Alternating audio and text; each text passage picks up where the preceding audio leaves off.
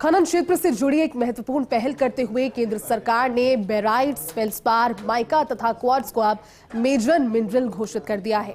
ये बदलाव 20 फरवरी 2025 से प्रभावी माना जाएगा। देखिए ये खास रिपोर्ट। बेराइट्स, फेल्सपार, माइका और क्वार्ट्ज खनिज पहले माइनर मिनरल की श्रेणी में आते थे, लेकिन केंद्र ने खनिज विकास और विनियमन अधिनियम 1957 की धारा 3E के तहत अधिसूचना जारी कर इन्हें बाहर कर दिया। इन्हें अब मेजर मिनरल घोषित कर दिया है। इन खनिजों पर वही नियम और कानून लागू होंगे जो अन्य मेजर मिनरल पर लागू होते हैं। केंद्र ने कहा कि यह कदम राष्ट्रीय हित, खनिज संसाधनों के संरक्षण और वैज्ञानिक और टिकाऊ खनन सुनिश्चित करने के लिए उठाया गया है। छोटे और मध्यम खनन निवेशकों के हितों की सुरक्षा के लिए विशेष संक्रमण ट्रांजिशन अवधि का प्रावधान भी रखा गया है। इस आदेश से पहले तक राज्यों में बड़ी संख्या में बेराइट्स, फेल्सपार, माइका और क्वार्ट्ज के खनन पट्टों के आवेदन लंबित थे। कई पर लेटर ऑफ इंटेंट LOI भी जारी हो चुके थे। केंद्र ने किया स्पष्ट, 20 फरवरी 2025 तक जिन आवेदनों पर LOI जारी नहीं हुआ वे निरस्त माने जाएंगे।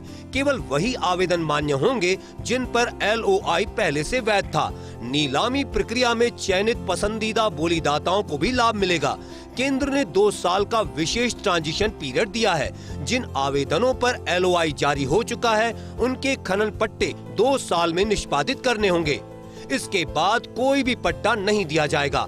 खनन पट्टा मिलने के बाद अब सभी प्रावधान वही लागू होंगे जो मेजर मिनरल्स के लिए बने हैं। इसका मतलब है अब केंद्रीय स्तर के नियम लागू होंगे।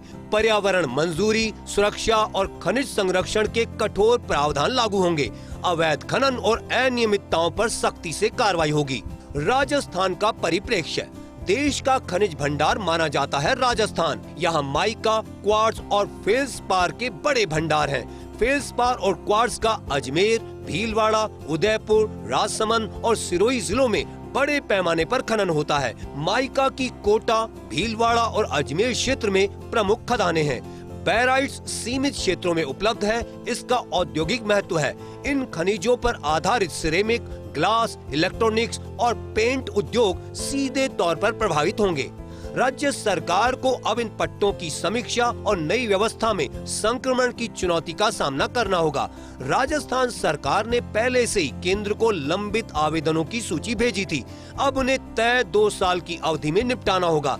खनन पट्टों की प्रक्रिया तेज करने के साथ ही नई नियमावली को लागू करना राज्य सरकार के लिए बड़ी जिम्मेदारी होगी। राजस्थान में हजारों परिवार इन खनिजों के छोटे खनन कार्यों से जुड़े हैं।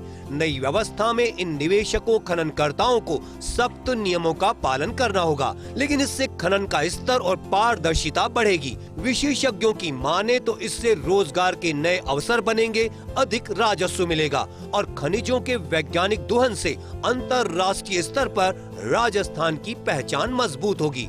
केंद्र सरकार का यह आदेश खनन जगत के लिए बड़ा बदलाव है।